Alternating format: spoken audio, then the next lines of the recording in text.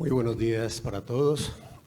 Para quien cumple 30 años de trabajo ininterrumpido en la Fundación, es todo un honor compartir con ustedes los siguientes minutos.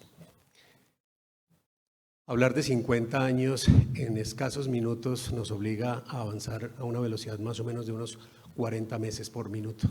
Agradezco la comprensión. 50 años de esfuerzos, de convicciones, de muchos hechos y de personas. Compartiré a partir de este momento.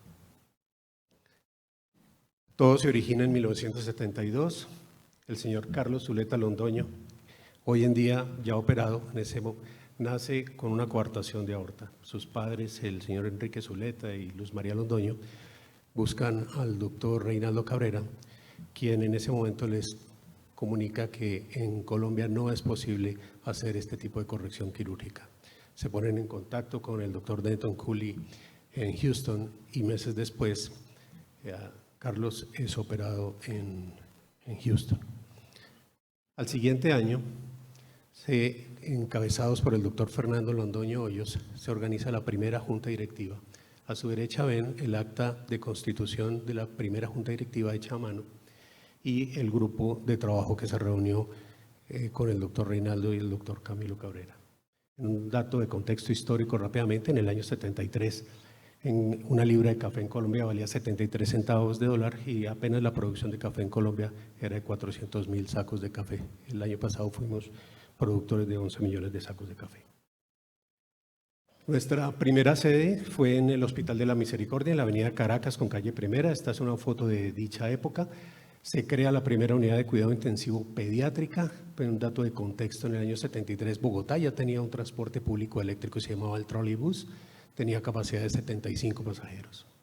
En el año 74 Carmen Velázquez se vincula a la Fundación como primera voluntaria, creando un grupo importantísimo de trabajo de voluntarias y de un esfuerzo que ha sido mancomunado desde esa época con la Junta Directiva y que se ha mantenido durante 50 años. En el año 74 se inició la ciclovía en Bogotá el 15 de diciembre. En el año 75 el doctor Camilo Cabrera inicia las cirugías de corazón en el Hospital de la Misericordia. Paralelamente, en ese año el doctor Christian Barnard ya estaba haciendo sus primeras presentaciones al público de sus modelos animales de trasplante cardíaco. Como dato histórico, en el año 75 el dólar en Colombia era de 31 pesos y hasta el año 91 la tasa representativa media no era diaria como hoy, sino era de carácter mensual. Un año después el doctor Christian Barnard viene y visita la Fundación Cardioinfantil. El doctor Camilo y el doctor Reinaldo le presentan el caso de una niña de 8 años con una tetralogía de Fallot, y en diciembre de ese mismo año el doctor Christian Barnard ya la estaba operando en Ciudad del Cabo. A su derecha encuentran la transcripción quirúrgica a puño y letra del doctor Barnard conseguida el año pasado. En el año 78 el automóvil más vendido en Colombia de contexto histórico era el Renault 4. En el año 79 se hace ampliación de la unidad de cuidado intensivo pediátrico del Hospital de la Misericordia y se inicia el programa de entrenamiento en enfermería en cuidado intensivo pediátrico primero en el país. Ese año en Colombia se hace la primera transmisión a televisión a color en diciembre. En el año 82 se cierra la unidad de cuidado intensivo del Hospital de la Misericordia. Los niños son operados en ese año en la Fundación Santa Fe. La consulta se efectuó en la casa del doctor Camilo Cabrera. Como ven, la placa de la Fundación se instala en la casa del doctor Camilo y ahí está el carro de él. En el año 81, a su derecha hay una foto de Bogotá, la autopista norte, que tenía 2 carriles hacia el norte y 2 hacia el sur. Este era el llamado en esa época el tercer puente. Esto era muy lejos de Bogotá y de hecho uno de los sitios de referencia del tercer puente, que era la calle, hoy en día la calle 170, era una emisora llamada La Voz de la Víctor. No sabíamos todavía en ese momento que 8 años después estaríamos iniciando cirugías de corazón cerca de este sitio. En el año 82, el primer paciente del programa social aparece, es un niño de 12 años procedente de Armero. A su derecha está él, es Raúl, 41 años, después de cirugía, padre de familia, laborando 100%. En 1983 conseguimos el primer lote con el Instituto Colombiano de Bienestar Familiar en Comodato. A su derecha, en el año 84, se inicia la construcción del primer edificio. En el año 84, el café era prácticamente el 49% del total de nuestras exportaciones en el país. En el año 85 se inicia la consulta externa de cardiología pediátrica. En 1985 conseguimos el primer ecocardiógrafo a color y el primer equipo de hemodinamia en Colombia. En 1986 se consigue el primer equipo de radiología e inicia la era de la radiología del doctor Humberto Barón Acosta en la Fundación Cardioinfantil. Como dato de contexto, en 1985 hubo un censo poblacional. Bogotá en esa época tenía 4.200.000 habitantes.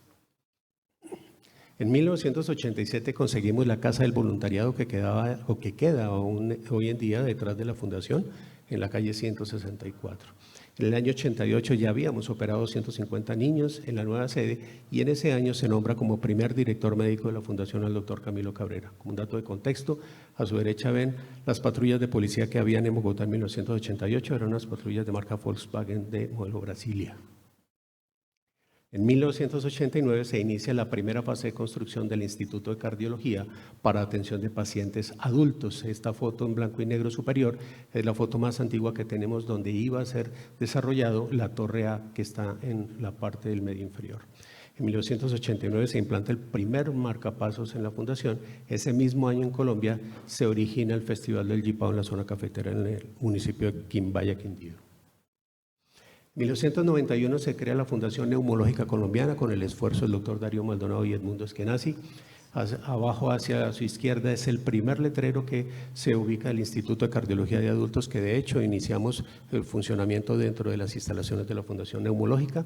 En 1992 se inaugura el Centro de Investigaciones y en 1992 se inaugura el Torreón Docente con donación del señor Guillermo Ponce de León. Como ustedes pueden ver abajo a su derecha, lo que antes de llegar al Torreón, que era una edificación sumamente moderna para su época, hoy en día está la torre donde está la consulta externa de adultos, el segundo piso de hospitalización y la torre de benefactores. A su derecha hoy en día está el jardín, que más adelante les comentaré sobre él. En 1993, Raquel Reutemann de Vigio, una voluntaria, fue operada en el MAS General de revascularización miocárdica. Viene con la idea de tener un acompañante para los niños en sus posoperatorios. Aquí es donde nace Willy, el osito de la cardio. Willy, nuestro héroe sin igual de estos últimos 30 años. En 1993, el equipo de hemodinamia hace su primer cateterismo en adultos. A su derecha, un dato de contexto. Esta es un menú de una carta de un restaurante que queda a 2 cuadras de la cardioinfantil hoy en día. En esa época, un caldo con costilla valía 700 pesos, un tamal valía 700 pesos y una cervecita Águila valía 200 pesos. En 1994 se inaugura el servicio de rehabilitación cardíaca, servicio profundamente amado por mí, en el que trabajé durante 25 años y donde fui el cardiólogo director del programa. Después pasaría a otras actividades. En 1994 fallece el doctor Carlos Lleras Restrepo, inspirador y promotor de la cardioinfantil. En el año 95 inauguramos nuestra primera consulta externa a adultos. En el año 96 se inicia la construcción de los parques y jardines, con el diseño, el apoyo y la donación de doña Inés Londoño Torres. En 1996 hacemos nuestra primer brigada, el programa Regalé una vida en Cartagena, con el gran apoyo del doctor Fabio Henker. En el año 97 inauguramos la primera unidad de cuidado intensivo neonatal, Fanny Gutiérrez de Sarmiento.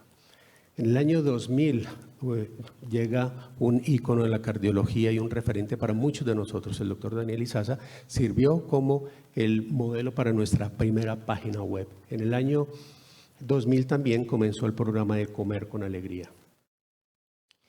Del año 2001 al 2003, estos 4 titanes nos pasaron del posicionamiento a la consolidación, guías de práctica clínica, acreditaciones y publicaciones, de la mano del doctor Camilo Cabrera, el doctor Darío Maldonado, el doctor Humberto Barón y conducidos magistralmente por el doctor Reinaldo.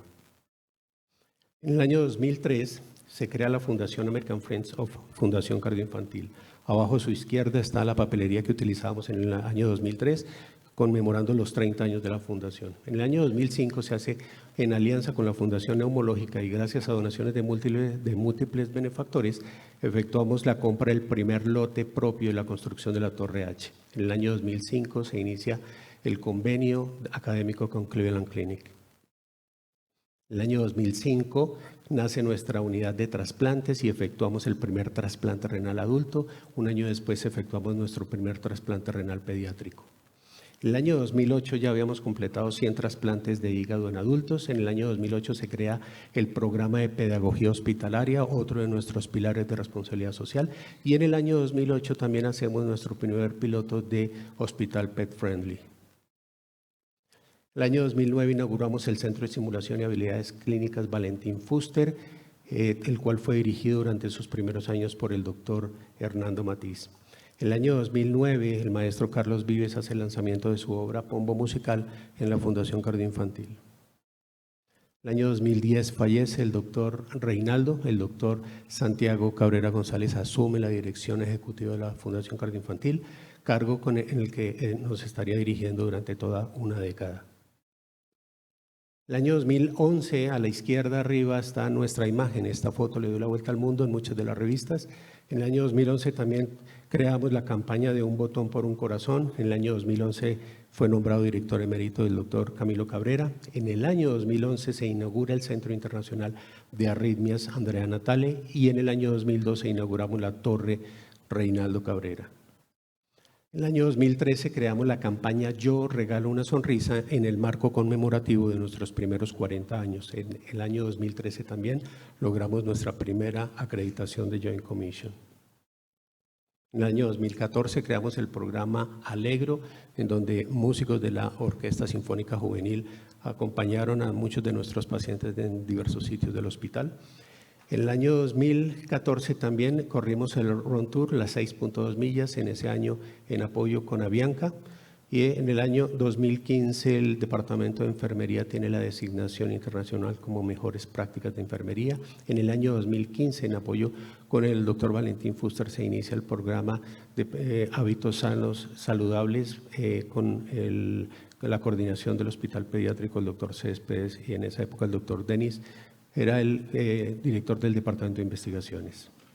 En el año 2015 se inicia la creación de la construcción de la Torre I y nace el programa Corazones en Obra. Corazones en Obra fue una exposición de 55 obras de arte de coleccionistas privados, nunca antes habían sido expuestas al público y se tuvieron durante toda una semana. En el año 2015 también un crecimiento esperado, los 4 históricos cardiólogos clínicos ya éramos 7, afortunadamente a fecha de hoy hemos seguido creciendo. En el año 2016 logramos nuestra acreditación como hospital universitario. El año 2017, un año después, firmamos el convenio de exclusividad con la Universidad del Rosario. En el año 2017 en la cardio se efectúa el primer autotrasplante de corazón para una paciente con una patología tumoral. En el año 2018 logramos el premio a la excelencia por la Federación Internacional de Hospitales. En el año 2018 hacemos el 6º Simposio Internacional de Enfermería, la Ciencia y la Humanidad de la Mano. En el año 2019, un año de altísima actividad, mantuvimos toda nuestra respuesta a responsabilidad social. El año 2019 fue el último desfile que hicieron las reinas antes de que el Reinado Nacional de la Belleza cambiara de organizadores. El año 2019 crece enormemente el servicio de cardiología no invasiva en cabeza del doctor Salazar. El año 2019 logramos nuestro trasplante de corazón número 100 y en el año 2019 también lanzamos el programa Guardianes del Corazón en todo el país. En el año 2020 y a pesar de la pandemia mantuvimos actividades académicas en clínicas médicas, clínicas quirúrgicas, logramos nuestro trasplante hepático pediátrico número 200, adelantamos nuestro 10º curso de rehabilitación cardíaca, iniciamos el programa de monitoreo cardíaco remoto y todas las actividades de responsabilidad social desde cardiología pediátrica, los webinars y el acompañamiento de las familias se mantuvieron. Ese año también efectuamos nuestra reacreditación con Joint Commission. El año 2021 decidimos darle nuestro nombre al hospital como siempre nos habían llamado y pasamos a llamarnos La Cardio, pero también somos la Fundación Cardioinfantil con toda la misión de lo que sigue siendo nuestras actividades de responsabilidad social. El año 2021, saliendo de PITS con todos los tanques y todos los equipos activos y con nuestras cuatro premisas que son nuestro credo: la pasión por el saber, el poder de la unión, la voluntad de transformación y el servicio con amor. Retomamos todas nuestras actividades al igual que la gran mayoría de los hospitales del país. En el año 2022 firmamos nuestro convenio con LATAM Airlines, creamos el avión solidario, 14 brigadas al año, 27 personas, movilizamos ecocardiógrafos, todos los equipos de cómputo. El año 2022 inauguramos la sede 102, hermosísima sede que durante este año hemos atendido más de 10,000 pacientes, y el año 2022 efectuamos nuestro primer implante del HeartMate 3. Esto hizo que en el año 2022 tuviéramos los números que no habíamos alcanzado históricamente: más de 1.600 cirugías cardiovasculares, más de 15,000 procedimientos de electrofisiología, 13 trasplantes de corazón, 6.300 procedimientos de hemodinamia, más de 60,000 procedimientos de cardiología no invasiva, más de 4.500 de cirugía vascular y más de 22,000 consultas de cardiología. Nada de esto sería posible, al igual que todos estos reconocimientos, sin nuestro talento humano, que es el de mayor valor y el que todo el tiempo buscamos mantener fidelizado.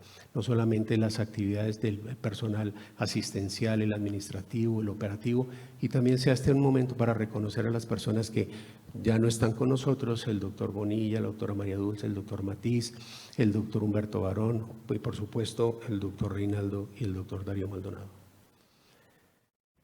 Unas muy cortas palabras en doctor este Marín, un minuto, cierre. por favor. Sí.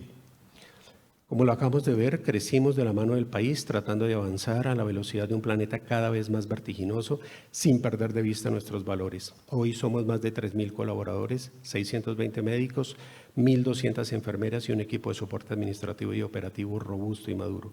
Ninguno de nosotros existiríamos si no fuera por nuestros pacientes, sus familias, los benefactores, los donantes, las empresas aseguradoras, las instituciones educativas y por supuesto de los hospitales, clínicas y colegas que han sido nuestros compañeros y amigos por décadas.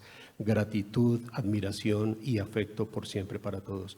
Hoy, liderados por el doctor Juan Gabriel Sendales Rey, somos conscientes de la responsabilidad e importancia del proyecto de los próximos 50 años, buscando no solo la satisfacción del paciente, sino también la motivación al talento humano involucrado. Por eso, estamos convencidos que la mejor manera de predecir el futuro es creándolo. Muchas gracias. Buenos días a todos. Es un privilegio estar aquí enfrente de ustedes representando a la Fundación Cardioinfantil. Quiero agradecer enormemente no solamente a las personas que vienen a llenarse de ciencia médica, sino un agradecimiento muy especial a todas las personas, profesores, invitados y amigos que nos han querido acompañar para llevar este evento al máximo nivel científico. El tema que les voy a comentar ya está parcialmente comentado por la bellísima charla de Fernando, y es el programa Regale una Vida que todos conocemos. Este programa es excepcional porque es tal vez el único programa social, el único programa de responsabilidad social que hace un hospital, contrario a lo que los hospitales grandes hacen, un programa de responsabilidad social pequeñito. Esto es algo realmente extraordinario y es básicamente lo que vamos a ver a continuación. Worldwide, each year, 1.4 million children are born with congenital heart defects, and over 350,000 children acquire heart disease.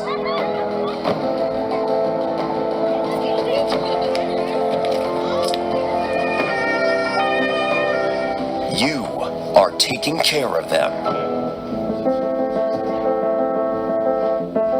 Este video promueve que nosotros tenemos que tener el cuidado de nuestros niños enfermos del corazón, y esto es parte de lo que estamos haciendo aquí, que es la educación médica continua para todos los profesionales jóvenes que nos dedicamos a cuidar a estos pacientes. Ya oímos la cantidad de niños que anualmente nacen con cardiopatías congénitas, pero sabemos que cada año 260,000 niños con cardiopatías congénitas mueren en todo el mundo porque no tienen una atención adecuada.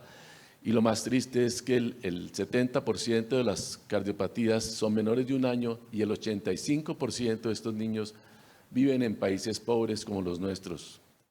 La mayoría de estos pacientes no tienen recursos del Estado, por lo tanto, a pesar de esto sobreviven y llegan a la edad adulta casi en un 80%, es lo que estamos haciendo actualmente. Por eso necesitamos urgentemente garantizar más recursos a nivel mundial para todos los recién nacidos, lactantes, adultos sobrevivientes de enfermedades cardíacas congénitas.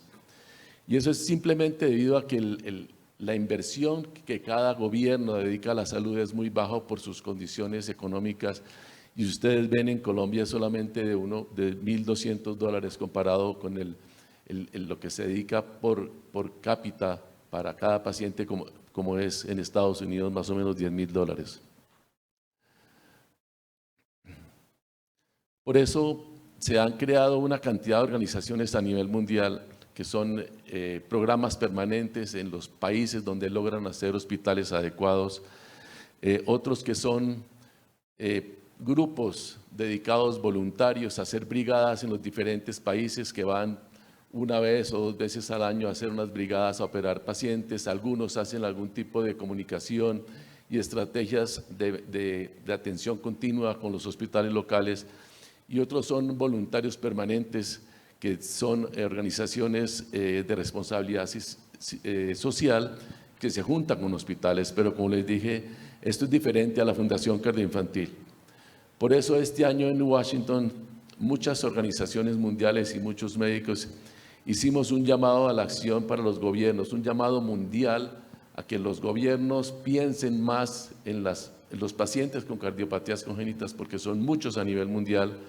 Y quisiera empezarlo, como dice esto, dice: no puede haber una revelación más profunda del alma de una sociedad que la forma que trata a sus niños. Eso lo dijo Nelson Mandela en 1995, pero fíjense que aquí, según la historia, ya lo habían pensado antes. No solamente personas, sino instituciones a nivel mundial, instituciones muy prestigiosas, decidieron firmar esta acción para influir en todos los gobiernos, y la Fundación Cardioinfantil estuvo presente en estas 95 instituciones que estaban representando la responsabilidad social del mundo. ¿Y cuáles eran las características? Básicamente es aumentar la capacidad de diagnóstico y tratamiento de los pacientes, desarrollar fuerza laboral pediátrica y congénita, y especialmente educar a las personas para que traten mejor a nuestros niños, financiar todas estas campañas de promoción, y por último, tener un registro de base de datos para saber qué estamos haciendo, porque si no tenemos un registro no podemos mejorar los resultados. Y Fernando no mostró esta foto, no son unos campesinos, son 2 personas comunes y corrientes, muy a la moda. El de la derecha con blue jeans es el doctor Reinaldo Cabrera, cardiólogo entrenado en Houston, y su hermano a la izquierda, un afamado torero, que finalmente su padre lo encaminó nuevamente hacia la cirugía y también hizo su entrenamiento en cirugía cardíaca en Houston. Y estas 2 personas tuvieron un sueño en un país que era un país realmente difícil, lleno de realismo mágico, lleno de promesas que nunca se cumplían. Y ellos tenían el sueño de hacer lo que dijo Fernando, un hospital para operar niños enfermos del corazón, porque en ese momento el sistema de salud no les prestaba ninguna atención. De manera que no solamente decidieron crear esto, sino formaron el programa Regale una Vida. Formaron el programa que representa hoy el hospital. Y no fue solamente la construcción de un programa de cirugía cardíaca, como dijo Fernando, en el Hospital de la Misericordia, donde operaban niños de escasos recursos y que después hicieron su unidad de cuidado intensivo y finalmente terminaron creciendo y creciendo y creciendo, y se llenaron de edificios importantes porque la comunidad lo exigía. Pero lo más importante fue que crearon la fuerza humana, crearon una cantidad de médicos, escuelas de medicina y voluntarios, porque todos los médicos, enfermeras y personas que trabajan en el área de salud, tanto en cirugía como en cualquier departamento, desde la gente que entra al servicio de la Fundación Cardioinfantil, son voluntarios, que es lo más importante que ellos crearon de la Fundación Cardioinfantil. ¿Para qué? para seguir la misión. La misión es el corazón de la Fundación Cardioinfantil, es la razón de ser, que es operar niños de escasos recursos del corazón de una manera absolutamente gratis. Esto realmente es un programa único en el mundo. Para esto se organizaron las brigadas. Al comienzo, cuando en Cartagena había una serie de pacientes, los voluntarios de allá llamaron a la Fundación Cardioinfantil y empezaron a mandar niños. Pero llegaban en condiciones muy malas, de manera que se organizaron lo que se llaman las brigadas médicas de diagnóstico, que se están haciendo en todo el territorio nacional, desde Leticia hasta San Andrés, desde Tumaco hasta Yopal, de manera que esto siempre de la mano de los aliados. Como ven en esta diapositiva, los aliados son personas absolutamente importantes, y los voluntarios que mencioné anteriormente, que son cualquier trabajador de la Fundación Cardioinfantil o voluntarios no trabajadores de la Fundación Cardioinfantil, que están liderados siempre por un cardiólogo pediatra, y con lo cual vamos a estas regiones en equipos más o menos de 15, 20 personas, y nos juntamos con otras 15 o 20 personas de los aliados en las diferentes regiones. Hacemos el diagnóstico. Los niños que tienen cardiopatías, que no tienen recursos o que no están cubiertos totalmente por el programa de responsabilidad social, son transportados de una manera gratis a Bogotá, donde se estudian, se intervienen en cateterismo, electrofisiología o cirugía. Los mantenemos hospedados en la casa Ronald McDonald, y al final de su tratamiento son devueltos a su ciudad natal para que sigan siendo controlados por los médicos locales. Aquí a la derecha está la foto de la primera brigada en Cartagena, de la cual fue el líder el doctor Alberto García, que debe estar por ahí. Es una persona que ha estado acompañando a esta labor muy importante junto con el doctor Miguel Ronderos y todos los demás especialistas. Pero no podemos dejar de mencionar al doctor Fabio Henkel, que era un ingeniero retirado de una petrolera, que fue la mano derecha de los hermanos Cabrera para manejar, junto con un grupo de voluntarios, todas las brigadas de que se han hecho de una manera ininterrumpida desde hace muchos años.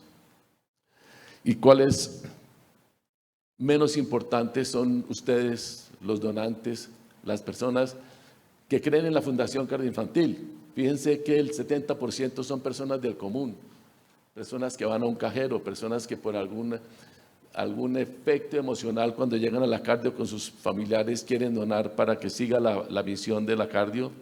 El American Friends, que se organizó y que ha sido ahora muy importante, y el 30% de campañas privadas, junto con la TAM, que es la empresa que está llevando ahora a nuestros pacientes. ¿Y cómo mantenemos a estos donantes vivos? ¿Cómo mantenemos a estos donantes completamente leales? Informándoles qué estamos haciendo y contándoles cuáles son los resultados, en dónde estamos invirtiendo nuestros dineros, y siempre dándoles las gracias por haber salvado más corazones. ¿Qué campañas hemos hecho? Todos nos acordamos de las maratones de Avianca, que eran absolutamente maravillosas. Las cenas de gala en Washington, en Nueva York, en Miami, donde se recolectan donaciones de personas muy importantes. Nuestros amigos, los artistas, que siempre han estado con nosotros en conciertos, en el Teatro Colón, y últimamente el torneo de golf, que ha sido muy importante con la ayuda de amigos de la Fundación Cardioinfantil para recoger dinero para nuestros pacientes. Y si ustedes ven, fíjense que hemos valorado más de 54,000 niños, hemos atendido en la Fundación Cardioinfantil más de 6.500 niños, y actualmente estamos tratando 200 niños al año en la Fundación Cardioinfantil, de los cuales ya vamos en un promedio de 100 cirugías al año. Esto es realmente impresionante. No hay un hospital que opere 100 niños gratis, de toda la complejidad, y que podamos ser orgullosos de los resultados. Durante 25 años consecutivos hemos realizado estas brigadas médicas y hemos seguido atendiendo pacientes, y estas brigadas se hacen más o menos 12 a 14 brigadas al año. 2 minutos, doctor. ¿Cuál es el impacto nacional? El impacto nacional son 340 municipios, más de 3.000 niños valorados por año, ganadores de premios internacionales por estudios por el programa de responsabilidad social. Y estos son nuestros resultados de crecimiento en pacientes, pero lo más importante es que en el Actualmente, casi el 20% de lo que ven en rojo son pacientes del programa social. Son pacientes que tienen exactamente los mismos resultados de los pacientes que están cubiertos por el sistema de salud y todavía seguimos haciendo la misión. Es una de las últimas fotos que tuvimos la oportunidad de tener del doctor Camilo Cabrera junto con sus pacientes y junto con las personas que cuidan a estos niños enfermos del corazón. Y hace un mes, cuando se hizo el Congreso Mundial, nos dieron la oportunidad de presentar el programa social. Hicimos una analogía entre la historia macondiana de Colombia y las dificultades que tiene la gente para hacer y la determinación de las personas, como los hermanos Cabrera y todo el grupo de médicos, para terminar haciendo un programa realmente sostenible, admirable y irrepetible en el mundo, porque no existe en el mundo un programa social tan importante como el nuestro. Muchas gracias. En estos minutos voy a hacer un resumen del Departamento de Cardiología y su especialidad. Eso también tiene una historia. Si bien la Fundación Cardioinfantil cumple 50 años, el Instituto de Cardiología y el Departamento de Cardiología este año cumplimos 30 años. 30 años cuando se inició en el año 1993 con la presencia de los primeros cardiólogos clínicos, y en este momento fue bajo la dirección de la doctora Claudia Gutiérrez como directora del departamento médico, y se hizo los primeros contactos con la Universidad del Bosque y con la Universidad del Rosario para el programa de cardiología clínica. A medida que fue pasando el tiempo, en el año 2000, el Servicio de Hemodinamia e Intervencionismo Cardiovascular abrió su programa de hemodinamia, y desde allí venimos de manera ininterrumpida haciendo nuestra formación de alumnos. En el año 2011 se abrió el programa de ecocardiografía con la Universidad del Rosario, y en el 2014 la Universidad de La Sabana permitió que en la Fundación Cardioinfantil se formaran el grupo de electrofisiología. En este transcurrir han habido directores del Departamento de Cardiología. Empezó el doctor Mauricio Pineda como uno de los pioneros del Departamento de Cardiología y estuvo en su dirección entre el año 1993 al 2004. Posteriormente, el doctor Izaza, Daniel Izaza, entre el año 2004 y 2013, el doctor Gabriel Salazar entre el 2013 y 2017, y desde el 2017 pues, he continuado yo tratando de mantener esta labor y mantener la representación del Departamento de Cardiología. Actualmente nos encontramos en un proceso de reacreditación del programa de cardiología con la Universidad del Rosario. Por lo tanto, el departamento tiene 3 universidades aliadas, principalmente la Universidad del Rosario, la Universidad del Bosque y la Universidad de La Sabana. Y esta historia en el tiempo y la cantidad de médicos que han venido participando en el programa de cardiología, ustedes ven el reflejo en el tiempo, como el doctor Reinaldo Cabrera, Armando Gómez y Mauricio Pineda tal vez fueron los primeros que empezaron a hacer la atención de los pacientes con cardiología, con enfermedades cardiovasculares del adulto, y posteriormente en la década de los 90, entonces ya está Jorge Martínez, Fernando Marín, Gabriel Salazar, Camilo Franco, Alfonso Muñoz, Edgar Hernández, Orlando Corso, y a medida que he venido pasando el tiempo, cada vez va creciendo como reflejo también de la historia de lo que ha hecho el Departamento de Cardiología en la institución. Es así que hoy en día ya tenemos casi 14 departamentos. Hay un departamento de cardiología clínica, de falla cardíaca, rehabilitación cardíaca, consulta externa, un programa de prevención cardiovascular, métodos no invasivos, imágenes cardiovasculares, 3 unidades de cuidado intensivo, el servicio de electrofisiología, el servicio de hemodinamia y un programa de educación con las 3 facultades, lo que hace que sea un departamento de cardiología robusto, sólido, y que puede ser comparado con otros centros del mundo. El hecho es que hoy en día 33 cardiólogos son el pilar del Departamento de Cardiología, con 251 enfermeras, 48 profesionales de otras profesiones y 25 personas administrativas, lo que hace que desde el punto de vista humano conformemos un grupo de casi 270 personas. Y los resultados lo están demostrando. Si ustedes ven, comparando entre el año 2022 y lo que llevamos del 2023 a junio, la cantidad de egresos hospitalarios superan los 3.600 personas, la cantidad de pacientes en consulta externa, el año pasado vimos 20.440 personas, sesiones de rehabilitación cardíaca 71.000, terapias de hospital día 480, consultas externas de falla cardíaca 3.600, 12 trasplantes cardíacos, 26.000 procedimientos no invasivos, 1.700 egresos en la unidad de cuidado intensivo y 1.300 egresos en la unidad coronaria, lo que hace que sea un servicio bastante ocupado y que se encuentre en capacidad de atender una gran población de pacientes con enfermedades cardiovasculares. Desde el punto de vista de electrofisiología, el año pasado se hicieron 4.500 procedimientos no invasivos, que son estos temas de Holter, mesas basculantes, 1.200 procedimientos de electrofisiología invasiva, 2.700 procedimientos diagnósticos en intervencionismo, 830 angioplastias, procedimientos en cardiopatías congénitas del adulto 45 e implantes de válvula transcatéter 97 el año pasado, lo que nos coloca también estos procedimientos invasivos en una posición también privilegiada en Colombia y en la región.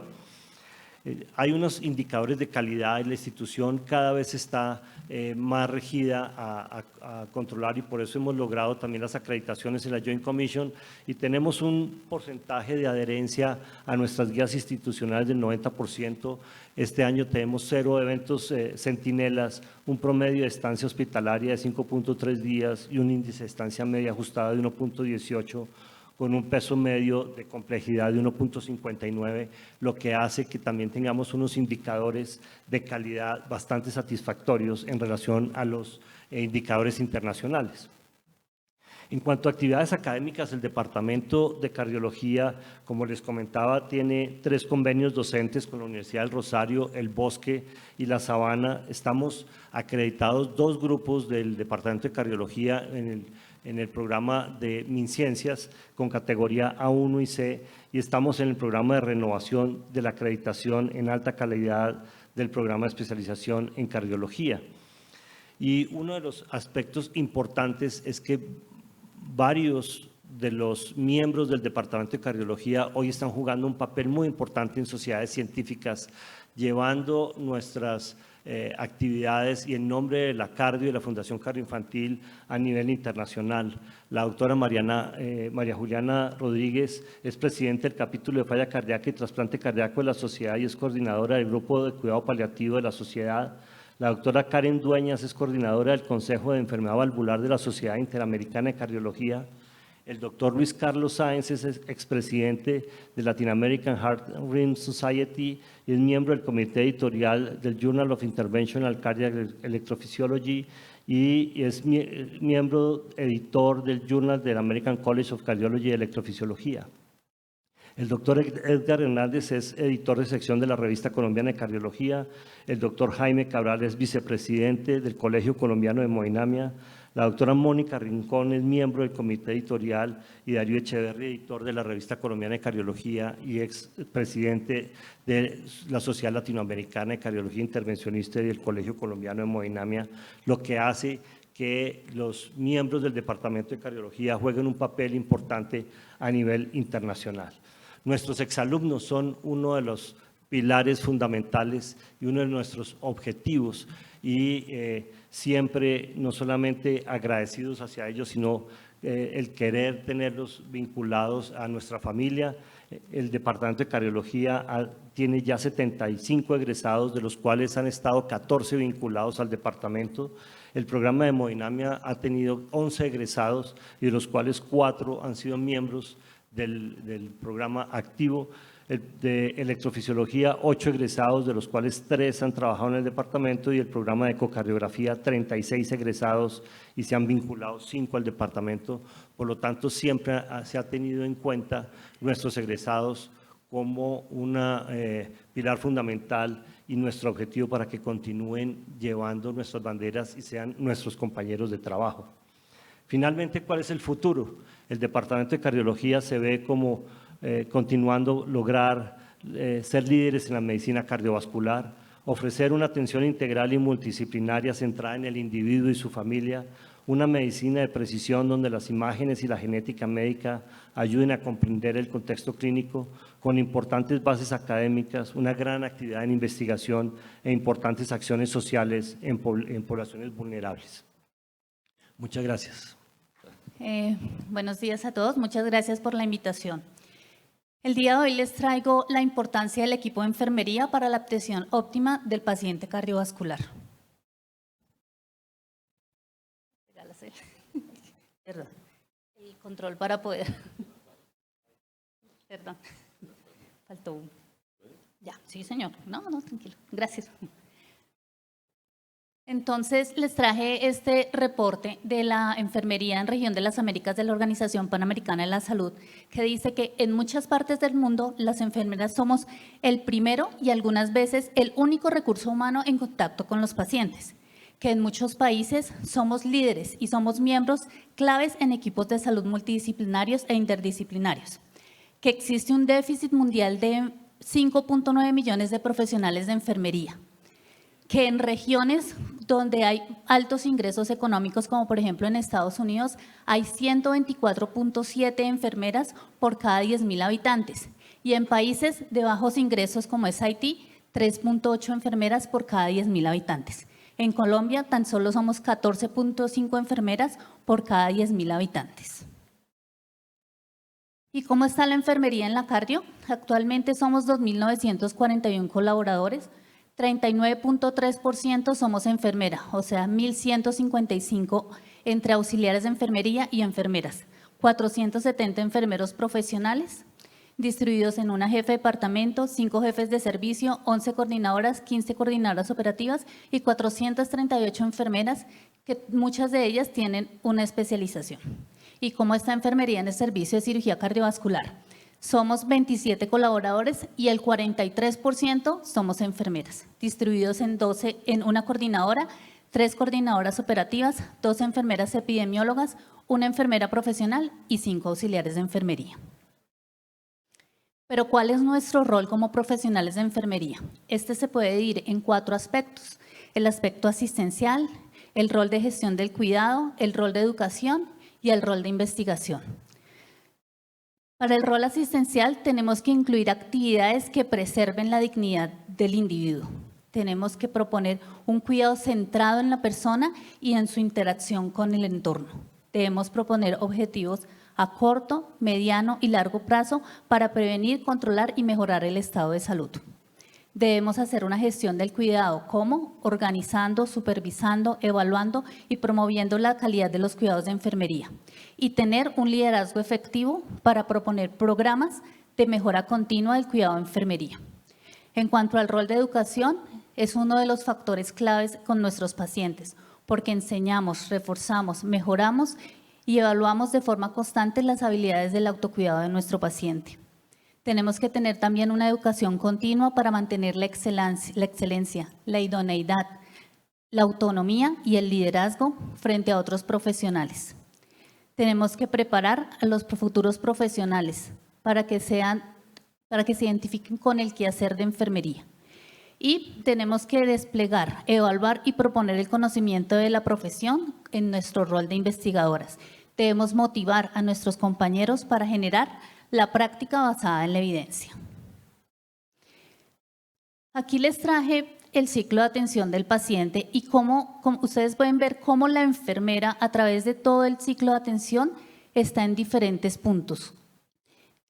Está cuando ingresa, cuando se realiza el trámite administrativo, cuando se programa para cirugía, cuando sale de cuidado intensivo hacia el piso, cuando egresa, cuando se hace el seguimiento.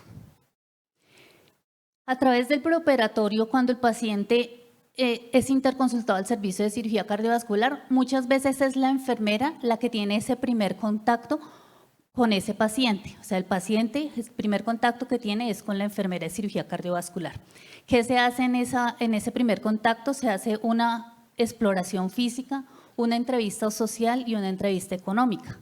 Se hace un análisis de datos, una revisión de historia clínica, una revisión de exámenes prequirúrgicos, una validación de un trámite administrativo. Debemos evaluar si nos autorizan el procedimiento quirúrgico y los insumos, si debemos identificar y gestionar las necesidades, realizar un plan educativo al paciente, al cuidador y la familia. Y una vez damos ese plan educativo, damos la educación al paciente, debemos evaluar si el paciente comprendió la información dada. Les traje aquí abajito una frase que dice: en el concepto de prácticas clínicas basadas en la evidencia hay que tener también en cuenta los valores del paciente, su complejidad y su contexto, su situación económica, su domicilio, sus posibilidades de comprar un fármaco. Algunas veces es un factor desconocido para el profesional sanitario. Ustedes ven que en el preoperatorio hay varios puntos de valoración por enfermería. ¿Por qué? Cuando hacemos la valoración inicial, ese paciente tiene un contexto. Cuando se le informa que va a ser llevado a cirugía, el contexto cambia. El paciente, el cuidador ya no quiere que lo operen, el paciente ya no quiere que lo operen, el paciente ya no tiene dónde quedarse. Y toda esa valoración que nosotros hacemos, esa entrevista social y esa económica, es la que nos define o que define si el paciente puede ser llevado a cirugía. Un paciente sin un cuidador no puede ir a cirugía. Un paciente que no tiene dónde hospedarse en Bogotá después del procedimiento no puede ser llevado a cirugía. Entonces nos toca a nosotras realizar todo ese trabajo, toda esa gestión para poder lograr que el paciente sea llevado a procedimiento quirúrgico. ¿Y qué pasa en el posoperatorio? El paciente va a un procedimiento quirúrgico, después del procedimiento quirúrgico va al servicio a cuidado intensivo y después a hospitalización.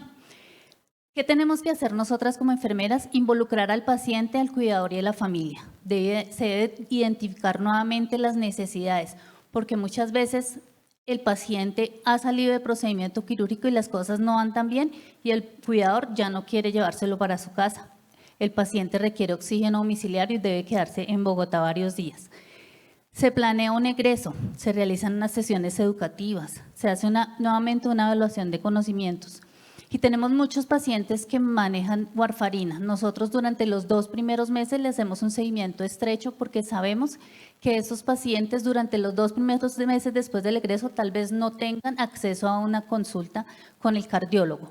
Entonces, en conjunto con los médicos hospitalarios y los cirujanos, hacemos un seguimiento durante los 2 primeros meses. El paciente egresa y ese proceso debe ser ágil, eficiente y efectivo. Se debe entregar una historia clínica completa, una fórmula de medicamentos junto con un horario, unas órdenes de exámenes, un control posoperatorio, una incapacidad. Y después viene ese paciente a una cita de control y hay un seguimiento nuevamente. Se valora la adherencia al tratamiento, se evalúa la herida quirúrgica, se da educación al paciente nuevamente. Y 45 días después del egreso se realiza nuevamente un contacto telefónico para identificar nuevas necesidades, nuevas intervenciones de educación. ¿Esto a qué conduce? A disminuir los reingresos, a mejorar la adherencia al tratamiento farmacológico, a evaluar la asistencia a las citas y cómo va su regreso a la vida cotidiana.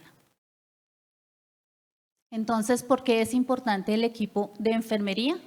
Porque mejora la calidad de la atención, fortalece la seguridad del paciente, se reducen los costos de atención y se mejora la satisfacción del paciente. ¿Por qué se mejora la calidad de la atención? Porque se brinda un mejor nivel de cuidado en cuanto a la calidad técnica, humana y ética.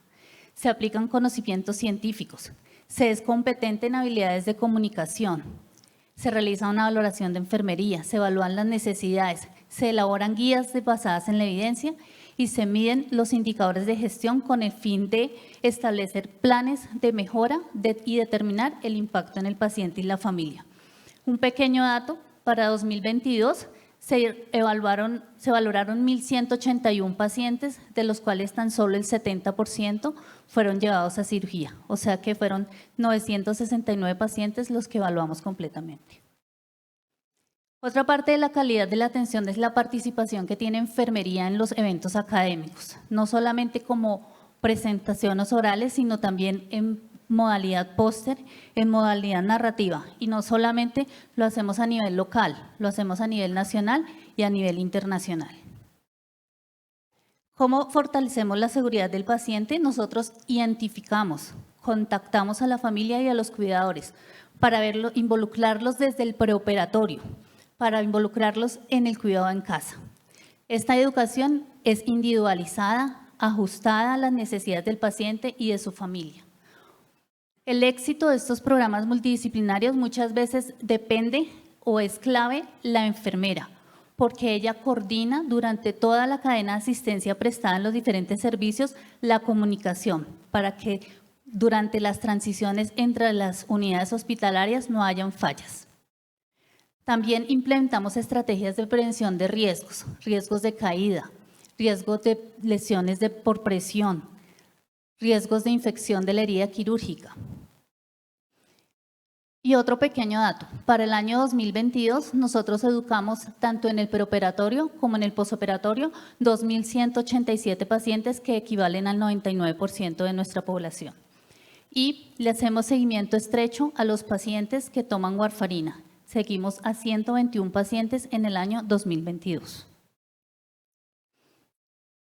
Y otros pequeños datos, nuestra cartilla de cirugía cardiovascular que se la entregamos a todos los pacientes, la anticoagulación con warfarina, nuestra evaluación de conocimientos que realizamos,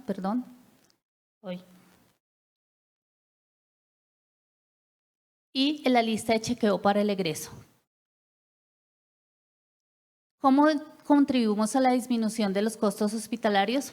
Cuando un enfermero hace parte de la alta hospitalaria, facilita la transición entre la asistencia hospitalaria y el contexto ambulatorio. Todo esto disminuye las tasas de reingreso. Unos pequeños ejemplos es que al paciente le entregamos la fórmula de medicamentos, pero anexo le entregamos el formato con los medicamentos.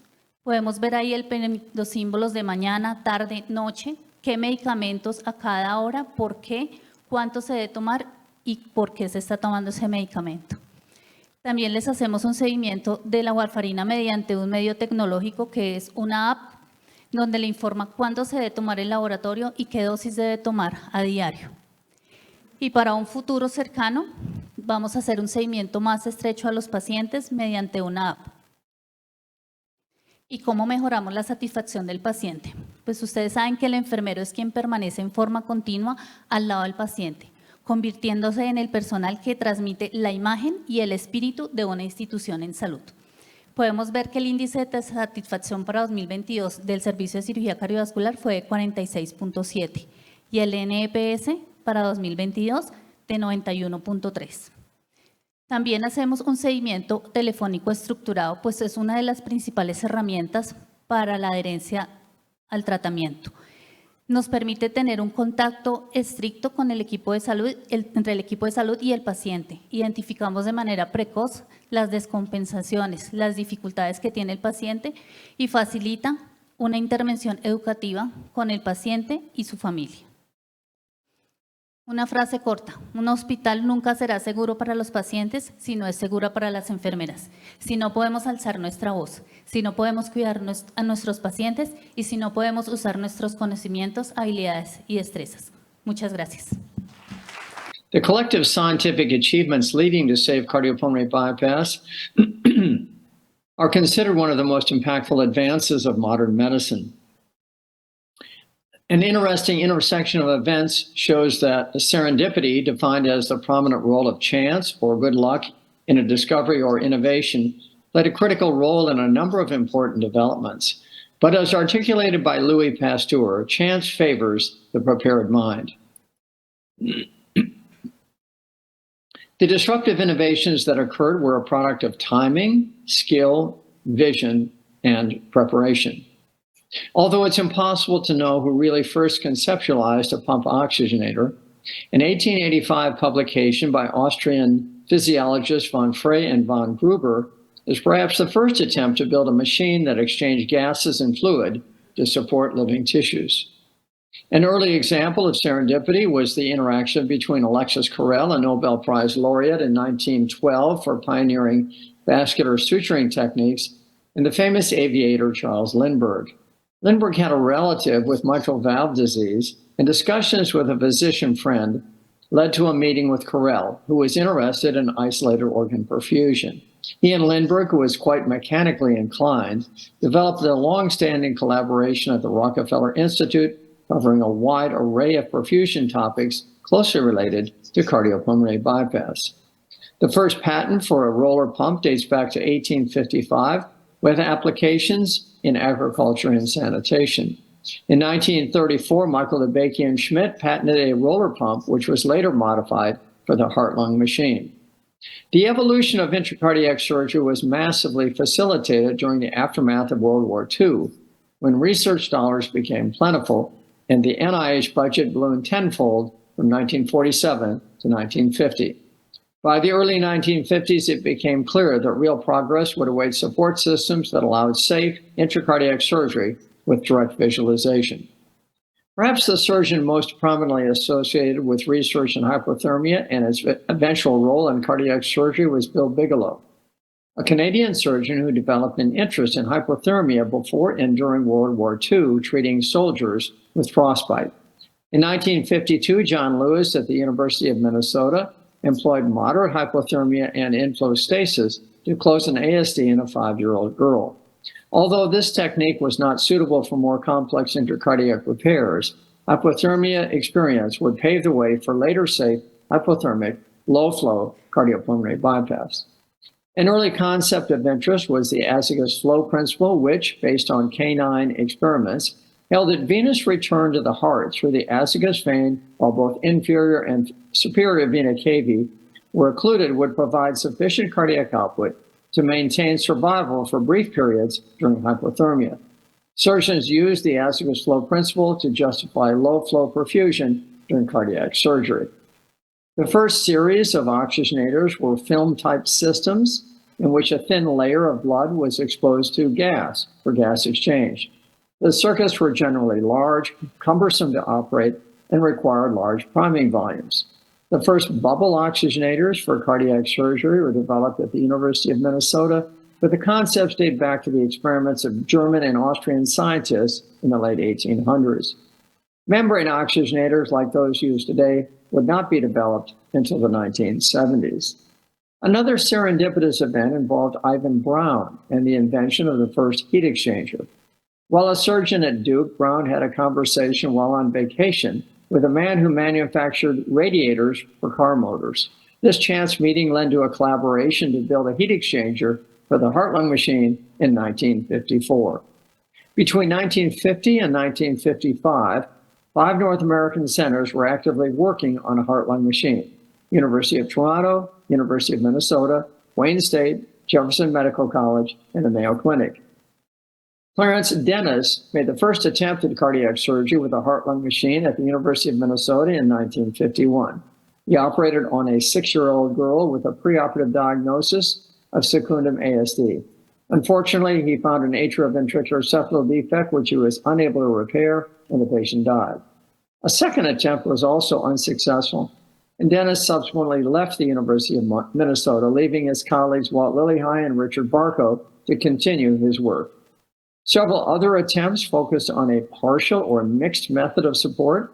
Forrest Dodrill in Detroit received grant support from the American Heart Association and General Motors to build a partial bypass circuit without an oxygenator, instead relying on the patient's lungs for gas exchange.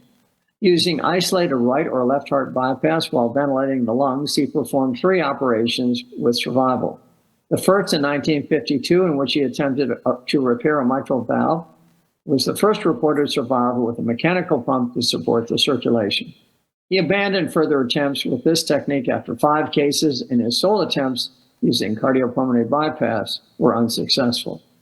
William Mustard in Toronto performed a series of 28 operations between 1951 and 56, in which he used a primitive pump and 2 rhesus monkey lungs for oxygenation. Only 3 of the 28 survived, and he abandoned these efforts when a heart-lung machine became available. As later reported by Aldo Castaneda, of the 18 initial attempted cardiac operations with a heart-lung machine, 17 died for a staggering mortality of 94%. These disastrous early attempts at open heart surgery with a heart-lung machine were due to a number of factors. The techniques of cannulation and surgical management of cardiopulmonary bypass were self-taught. The people managing the heart-lung machines had only trained on animals, and the surgeons in general had very limited knowledge of internal cardiac pathologic anatomy. Following this disastrous beginning, the three surgeons most singularly responsible for bringing the field of open heart surgery to clinical reality were John Gibbon, C. Walton Lillihei, and my father, John Kirkland. Their seminal initial contributions were accomplished over a brief 3-year span from 1953 to 1955. John Gibbon developed and was the first to successfully employ a heart-lung machine to perform cardiac surgery. His inspiration began in 1931 when he was a research assistant at the Massachusetts General Hospital with Professor Edward Churchill. Gibbon was asked to sit in the ICU overnight with a patient with a large pulmonary embolism in anticipation of a pulmonary embolectomy the following morning. During the night, he began to envision building a heart-lung machine that could take over the function of the heart and lungs long enough to perform the operation. The woman died in surgery the next day, but Gibbon retained his vision, and beginning in 1934, he would spend the next decade developing a prototype heart-lung machine. A major serendipitous event occurred while Gibbon was at Jefferson Medical College in 1946, when a medical student named E.J. Clark joined his research team. Clark was a former World War II pilot and was engaged to the daughter of the president of Lafayette College, who was a close friend of Thomas Watson, CEO of IBM. Clark introduced Watson and Gibbon, which resulted in Watson assigning his chief engineer, Gustav Malmros, to work on the project. Working together, they ultimately developed a vertical screen oxygenator and used Vacchi roller pumps for clinical application. In 1953, Gibbon felt his heart-lung machine was ready for clinical application. He subsequently published a report of 4 cases with 1 survivor. The first patient, aged 15 months, was incorrectly diagnosed with an ASD, and a PDA was found at autopsy. The second case was successful. An 18-year-old female college student had heart failure and a large ASD. The operation included 26 minutes on cardiopulmonary bypass with direct suture closure of the defect, and the patient survived. His next 2 patients died, and after 4 or possibly 6 cases with 1 survivor, he declared a moratorium on cardiac surgery until he could get better diagnostic methods. But Gibbon's primary interest was thoracic surgery, and he never again operated on a heart with cardiopulmonary bypass. Instead, he generously donated detailed plans of his heart-lung machine to the Mayo Clinic. The second successful cardiac operation using cardiopulmonary bypass was by Clarence Crawford in 1954 at Karolinska Institute in Sweden. He resected a left atrial myxoma in a 40-year-old woman with long-term survival.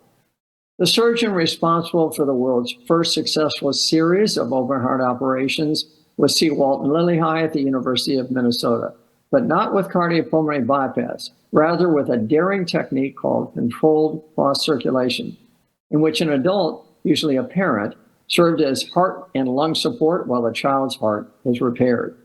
In March of 1954, Lillihei began his historic series of cardiac operations with cross-circulation. In slightly over a year, he performed 45 open heart operations using cross-circulation with 28 survivors for a survival of 62%. Lillihei was the first surgeon to repair tetralogy of Fallot, atrioventricular septal defect, and VSD, and made numerous surgical innovations. Another stroke of good luck involved Earl Bakken. He was a native Minnesotan who co-founded Medtronic with his brother-in-law, Palmer Hermansley, working out of their garage in 1949. Lillihei knew of Backer's electronic skills and called upon him when he was having major problems with heart block after cardiac repairs.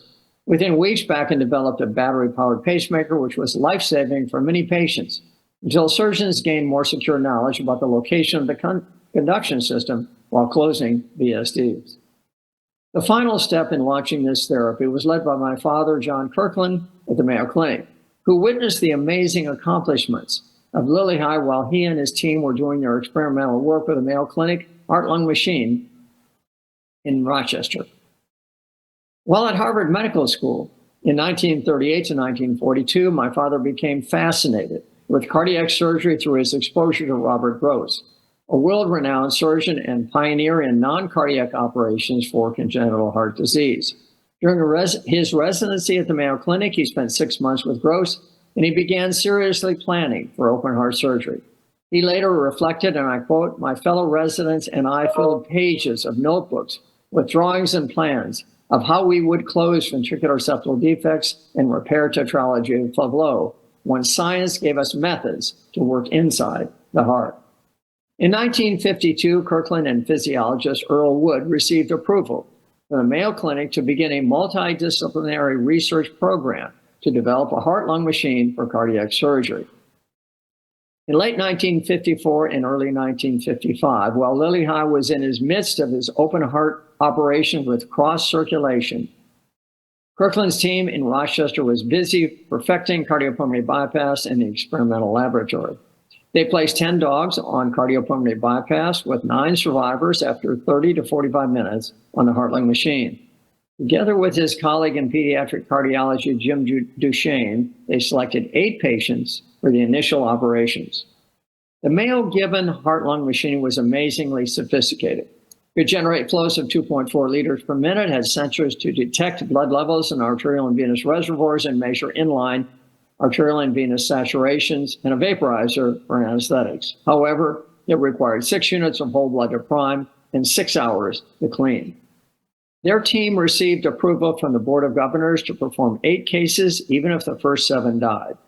The first case was on March 22nd, 1955. This is the surgical schedule for that first case. Note the simple notation on the schedule. Room 2, Dr. J.W. Kirkland, ventricular septal defect repair. The patient, Linda Stout, did well and is a long-term survivor who I later met at a Mayo Clinic celebration of its first 50 years of open heart surgery in 2005. Those first 8 cases included diagnoses of VSD, tetralogy of Fallot, atrioventricular septal defect, and ASD. 4 of the first 8 patients survived, marking the world's first series of successful heart operations using a heart-lung machine. During a celebration of the first 25 years of cardiac surgery at the Mayo Clinic, John Kirkland was heralded as possibly the most successful conductor and amalgamator of men and ideas that surgery has ever known. A few months after these initial cases at the Mayo Clinic, Lilly High stopped further cross-circulation operations and began using cardiopulmonary bypass. Lilly High was the first to use a bubble oxygenator developed by Richard DeWall while working in Lilly High's laboratory. And it was ready for clinical use in May of 1955, 2 months after John Kirkland's first cases at the Mayo Clinic. So why did Lilly High and Kirkland succeed after so many had failed before them? First, they had a total commitment to intracardiac surgery. Instead of focusing on the heart-lung machine, they considered it only a tool for the real business of correcting intracardiac malformations. They visualized ways to correct malformations inside the heart after extensive study of cardiac pathology and normal and abnormal cardiac anatomy. Finally, they had extensive interactions with Jesse Edwards at the Mayo Clinic and University of Minnesota and Maurice Lev in Chicago, both world-famous cardiac pathologists. For about 13 months in 1955 and early 1956, only 2 centers in the world performed open heart surgery, both within 90 miles in the state of Minnesota. Well, the pace of progress was accelerated by the entry of Denton Cooley in 1956. Cooley visited Lilly High and Kirkland in June of 1955 and returned to Houston, where his team built a bubble oxygenator modeled after the DeWall Lilly High circuit. His first case was an emergency repair of post-infarction VSD. That patient died, but others survived, and he performed an amazing 94 more open heart operations in the next 8 months. Within the next year, cardiac surgery exploded in the US, Europe, and beyond. And by the end of that decade, there would be open heart surgery programs developing all over the world. In 2022, greater than 2 million heart operations with a heart-lung machine were performed worldwide. Thank you.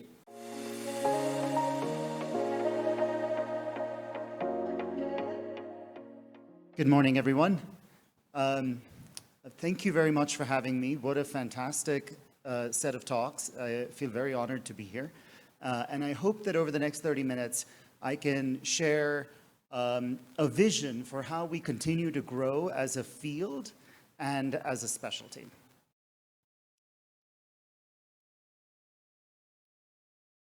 I have no real relevant conflicts of interest related to this talk. A lot of my work is funded by the American Heart Association and the NIH. As part of my role in Boston, I am the associate director of a research center called the Smith Center for Outcomes Research. And our goal is essentially to generate evidence without using randomized trials. So it's ironic that I'm going to talk to you about randomized trials, but I promise you I'll bring it all together. And it's a group of brilliant individuals, including Dr. Esaza's, the junior Dr. Esaza, who's a member of our team. What I'm going to do is I'm going to use examples from some of our work to illustrate the points I'm trying to make. Our center does a whole range of research, ranging from epidemiology and data science, which is a lot of the focus of today's talk, all the way going to health policy and health economics. My particular interest in research is in health economics and understanding how we pay for the things that we develop at scale, meaning across the population. And I'll give you some ideas. I want to start out with, why do we run randomized trials? What is the question we're trying to answer? The question we're trying to answer is, for this patient, for my patient, for this one person, will that person do better with treatment A, or treatment B?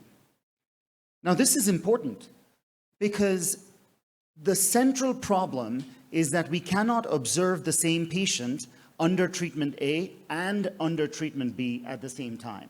This is really obvious, but this is where all of the problems and all of the challenges of evidence arise. I can either observe the patient under treatment A or observe the patient under treatment B, and I have to make up what would happen if the same patient received a different treatment, right? That's the challenge we're trying to solve. And because we can't do that, we decide that we're going to randomize not patient A to both treatments, because you cannot do that. We're going to randomize patients similar to this patient in two groups, give one group treatment A and one group treatment B, right? And one of the beautiful things about cardiology as a field is, about 50 years ago, we decided that it was not enough to say, I like treatment A and you like treatment B, that we were going to rely on evidence. And we kind of still mostly adhere to this hierarchy of evidence, where we say, look, the best data at the very top are systematic reviews of randomized trials. But if I can't get systematic reviews, I'll at least do one large randomized trial to answer the question, will my patient do better with treatment A or treatment B? And then, of course, right at the bottom of this is expert opinion. You can't just get away with, I like treatment A, so I'm going to use it. Although, as you know, we do that quite a bit. And this has worked for us for the most part. In this really seminal paper by Drs. Nabel and Braunwald, you saw this trend that in the US, if you looked at deaths per 100,000 people from cardiovascular disease, they've gone down dramatically over the last century. And some of it is because of the trials that many of them led, including the trials for statins and coronary interventions, et cetera. But some of it came from better public health, the fact that we now have a better understanding of how to control cholesterol, or how to control diabetes, or how to control high blood pressure. And I would bet you that if you looked at a curve like this in populations around the world that have access to cardiovascular care, and that's the caveat, populations that have access to cardiovascular care, this curve would look similar. But of course, many populations, both in the United States and here in Colombia, don't have access to care. And that is also our problem as clinicians taking care of patients, as you know. Now, one of the disadvantages of being very successful at reducing mortality is that now our trials have gotten harder. right? As the number of events goes down, the number of patients you need to randomize balloons into larger and larger numbers. So to give you an example, the first TIMI trial of streptokinase was 290 patients, and it was a very large trial at that time. Now, the trials that we publish in the big journals are what, 15,000, 20,000, 30,000 people? These are very large trials. And it's not because we like to study a lot of patients, it's because we need to study a lot of patients to understand the questions we're trying to solve. And that's because the sample size is a function of the baseline risk and the effectiveness of the drug. So even if a drug is very effective, if the population has very low event rates, you're going to need to randomize a lot of people. As a result, our trials now have become very large and they require long follow-up. So an example is the bempedoic acid trial that was published recently, Clear Outcomes, was 15,000 people, I think 14,000 people, followed for 5 years. Large trials. And they're typically multinational, many countries contributing data, which we have come to think of as, wow, that's really cool. There are many countries contributing to evidence generation. But in fact, what is happening is that the more patients we need, the less these patients look like the patient who I'm trying to treat, right? There's large groups of patients that look less and less like that one patient I was trying to solve on that first slide. Is my patient going to do better under treatment A or treatment B?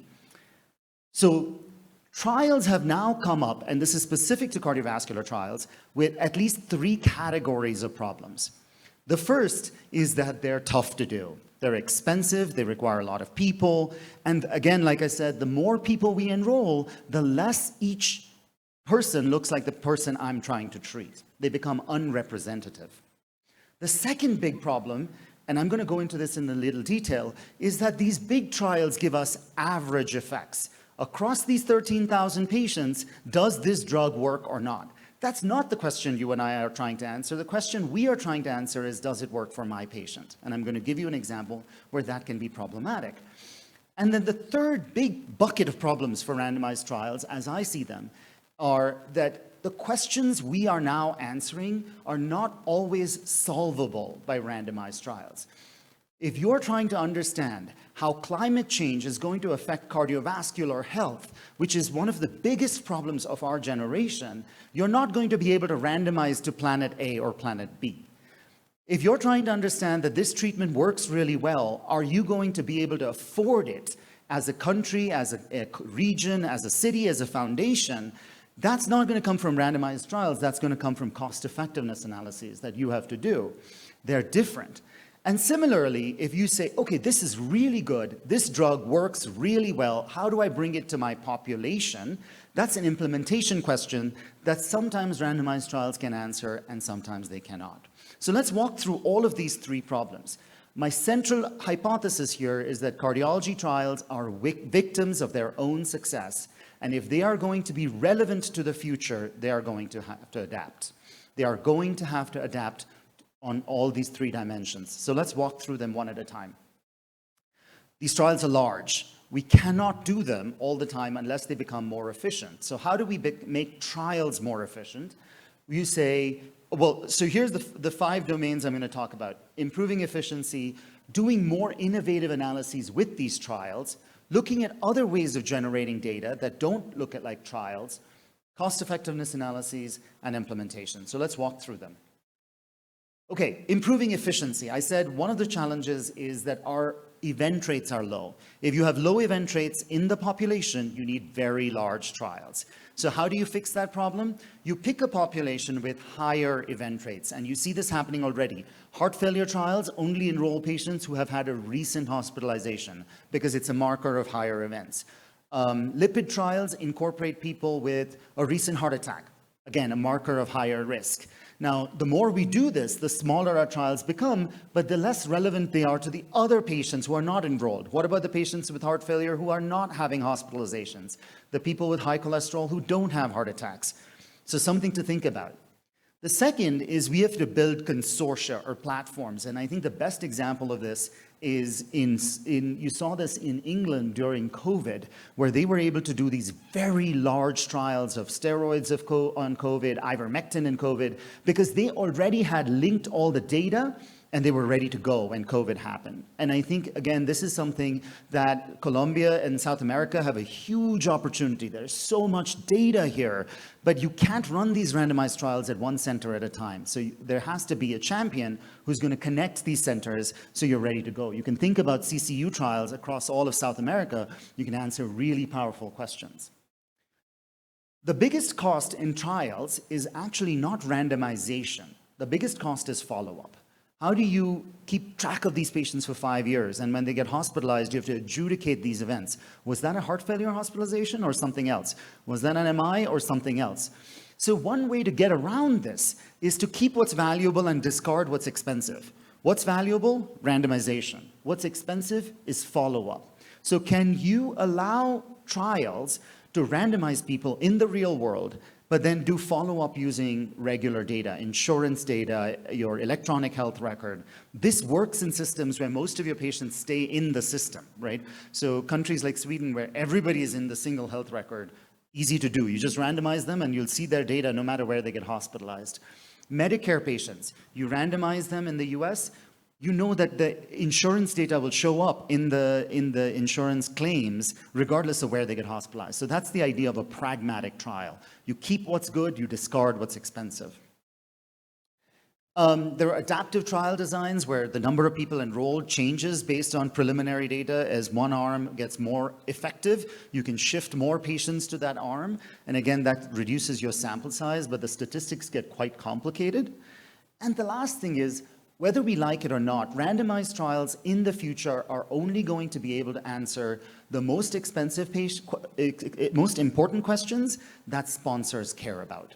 So if it's a new drug and there's a large company that wants to support it, a new device, a large company that wants to get FDA approval, we'll have trials.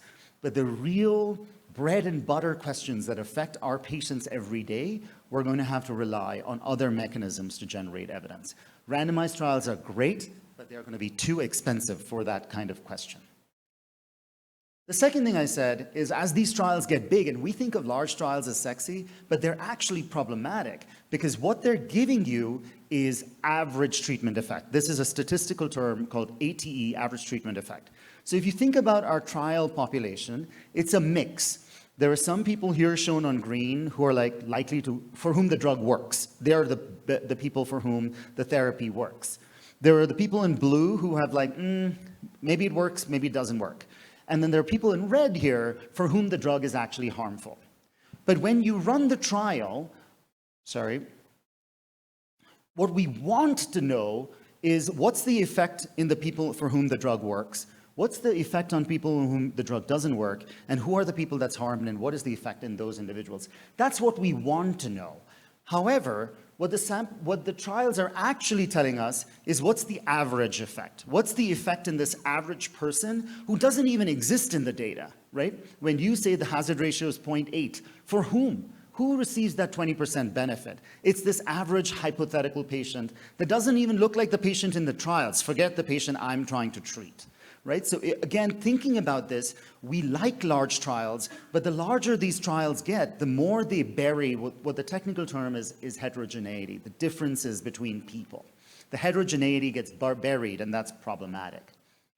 Well, you say to me, well, that's not technically true. These large trials publish these subgroup analyses where you can see what happens to men and women and people of different ages and in different regions of the world. Surely these subgroup analyses are important. In reality, and this is actually only 1 page of 2 pages of subgroup analyses for that trial, in reality, when you consider one variable at a time, it's not very meaningful. So it's great to know that this is the effect by age and race and ethnicity, but what do I do with a 75-year-old woman who lives in Latin America and has a BMI over 30? Now suddenly, I can't use this information because all this information is by one variable at a time. Clinical work does not work like that, as you know. There's also a lot of false negatives. If your trial is designed to find an effect in the overall population, you know that it is underpowered to find effects in women or effects in men or any subgroup. By definition, it is underpowered for subgroups.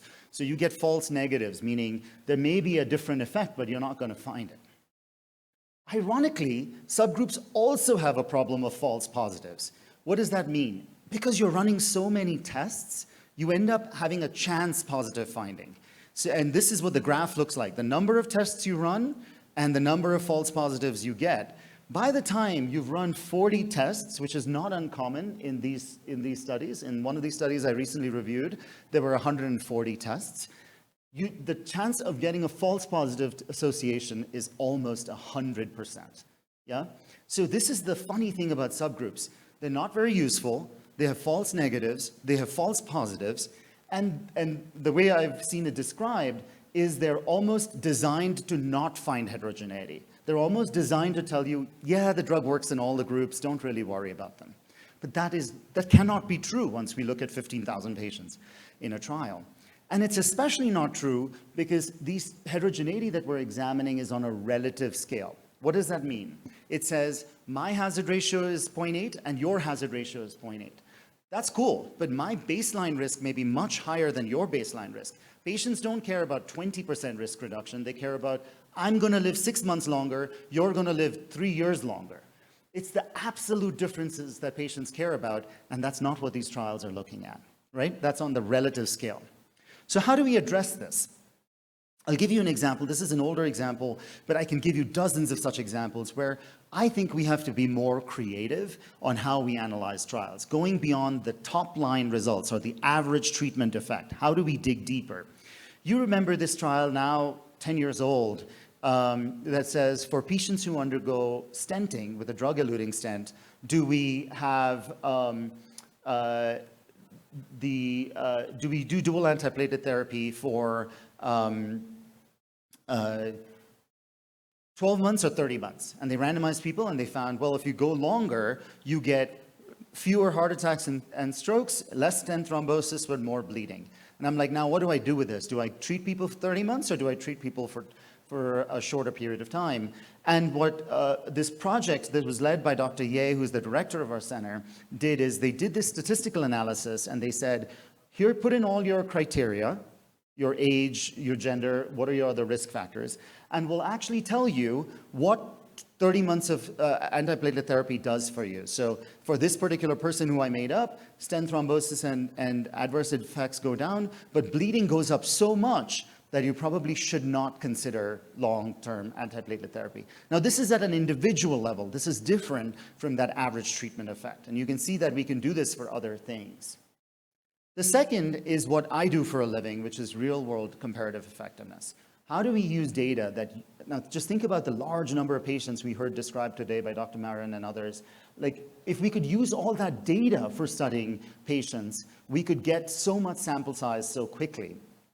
I'll give you an example. One of my projects that's ongoing is looking at cardiac rehabilitation after transcatheter aortic valve replacement, so TAVR. And if you look at all the Cochrane review of all randomized trials that have enrolled people after TAVR to go to cardiac rehab, a brilliant 57 patients randomized for an average of 3 months. Now, if you look in Medicare, which is the US insurance data set, I can get 61,000 patients and have 5-year follow-up. Yeah, so like it's not even on the same order of magnitude, the amount of data I can use. But of course, these are observational data. So the people who go to cardiac rehab don't look like the people who don't go to cardiac rehab. The people who don't go to rehab may be sicker. They may have more frailty. They may have more mobility disorders. And if you just look at people who go to rehab and don't go to rehab, you're going to get wrong answers. I'm going to say this again.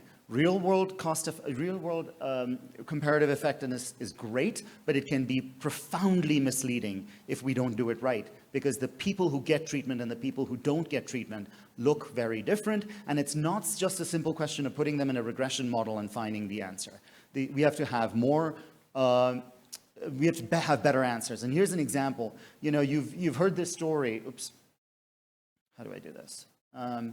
Like if you're trying to shoot and this person is super accurate, but they're always missing the target. This is what real world evidence looks like. You can be very accurate but completely wrong if you don't know what you're doing. And so what you instead need is an example where you can get both accuracy and consistency. And in order to do that, you have to use better methods. And there are a whole range of methods. I won't bore you with the statistics, but I just wanted to point out that they're there. Many of these methods have been developed 10 years ago. Some of them have been developed in the last 2 years, but they're there. You can use real-world data and get useful information. And I'm going to give you one example that's led by one of my mentees, Dr. Varghese, who's now at Yale, and it's called target trial emulation. What does it mean? You use your data to create a trial that you would have run to answer this question. So my question is cardiac rehab after TAVR. I have all these Medicare patients. Can I pretend that I'm running a trial? So how would I run a trial? First, I would have said, what's my question and how am I going to do this? Who's going to be eligible? What's the intervention? How long am I going to follow up, right? Any way you would design a trial, that's how you design this hypothetical trial. And the next question is you run some statistical analyses. In this case, each person is contributing data both to the control arm and the intervention arm. It's what we call cloning. And then you decide when they stop contributing data. And that gives you these fantastic solutions to the problems of the patients look different. And that gives us the ability to look at the probability of of heart attacks and strokes in people who have rehab versus they don't have rehab. These are data that are fresh off the press. They're going to be presented at AHA in November. But what I'm showing you here is that after the most sophisticated adjustment, I can tell you that there is a 2% per year in absolute terms reduction of heart attacks and strokes, which gives you a number needed to treat of about 37 patients that have to be followed for 2 years to reduce one event. Now, do I believe this number? No, maybe it's 35, maybe it's 30, maybe it's 40. But what I can tell you is I do believe that there is an effect, which is more than what I knew when I just looked at the 57 patients in the randomized trials. So this is new data on how do we look at cardiac rehab. Another set of questions, cost effectiveness, and this is work led by Dr. Esaza. I think it's really cool that we have all these new drugs and devices. I think it's pretty crappy that we never figure out how to pay for them and get them to our least affording patients. You do a fantastic job of it here. We are not so good in the US. Many of our patients don't get these therapies. And so the question we said is, it's great. We have SGLT2 inhibitors for heart failure. Should we pay for them? How much should we pay for them? And the way you do this is Dr. Esaza built this model. It's a mathematical model. What happens to people who get the drug, who gets hospitalized, who does not get hospitalized. And you come up with this solution which says, look, if you treat people with SGLT2 inhibitors, they live longer, on average about 3/4 of a year. It costs a lot of money. It's about $30,000 in US prices for just the drug, and another $30,000 because they're living longer. But the cost effectiveness ratio, which is this ICER, is about $60,000. In the US, we say anything that's about $100,000 or less is good. And so we can say, okay, this is something we should do. Now you can imagine you could reproduce this in Colombia using Colombian prices and get a sense of what we should pay for something. And I think the most important finding in this paper is that it doesn't matter whether you have diabetes or not. The drug is cost effective because people who have diabetes have more events, right? So like it becomes cost effective. And in fact, I love the fact that this was actually cited in the heart failure guidelines that came out last year. So the guidelines are now paying attention to cost effectiveness. All right, I'm going to skip this and I'm going to go to implementation. This is the last category here. Implementation science says, we know this drug works. How do we get to this to people? There was this brilliant study. We know that black men in America get very little hypertension control. They have very poor outcomes with hypertension. And so Dr. Ron Victor, who was at that time in Los Angeles, said, instead of asking folks to come into the hospital for blood pressure, what if we went into the community? We went to the barber shop and partnered with the barbers to provide blood pressure control. Now, I didn't know this, but this is when I started this work, but particularly in the US, black men have really close relationships with their barbers because they go see them every week or every 10 days. Many of them have been going to the same barber for 10 years. And you're then saying, what if my barber tells me I need my blood pressure controlled? And what they showed is that the effectiveness is mind-boggling. It is the largest effectiveness of blood pressure control seen in any randomized trial of blood pressure control. And it was the same drugs that everybody else uses. They were just providing them in a different setting, in a setting that was trusted, where there was fewer barriers to get prescriptions. And we did the cost effectiveness in circulation, showing actually this is very cost effective. So it's expensive to put pharmacists in the barbershop, but for what you're getting for that money, it's fantastic value for money. So I'm going to close with 2 slides. One, what are the implications for trainees? I think if I started out with saying this is a fantastic time to be in cardiology. I would say that trials will always be important. They will contribute important answers, but there are many more important ways to contribute to evidence. So if you're in a center that does not do trials, does not mean you cannot contribute to the advancement of science. You are sitting on a gold mine of data that you can use to answer important questions. And sometimes the most important thing is not to find out what works, but to figure out how to get what works to the people. Again, your institution has done such a fantastic job of this, but there is always room for understanding how do we drive down costs, how do we bring it to people in a way that's effective, and I would say get quantitative training if possible. You are entering cardiology at a time where this idea that just being a superb clinician is not going to be enough. If you get quantitative training, even if you don't use it in your day-to-day life as a researcher, you will use it as a clinician as you use the data that's coming around. Because there is a new way to thinking about evidence-based medicine that goes beyond randomized trials. And which brings me to the last slide. We've made fantastic progress as a field by believing in evidence. And trials will continue to be important, but they have to adapt because many questions are not randomizable, including the big question of climate change, including the big question of cost effectiveness. There are other studies that we can do, but these studies are problematic if you don't know what you're doing. And so you have to have a good idea of what are the problems in your data, what is missing, what is not missing, how do I analyze this so I don't get useless answers. And then again, repeating to all of us what I said for trainees, like training in cardiology should include some additional training in data science, statistics, even if it's introductory. There's so many beautiful courses available online to understand how we can use this as cardiologists in the future.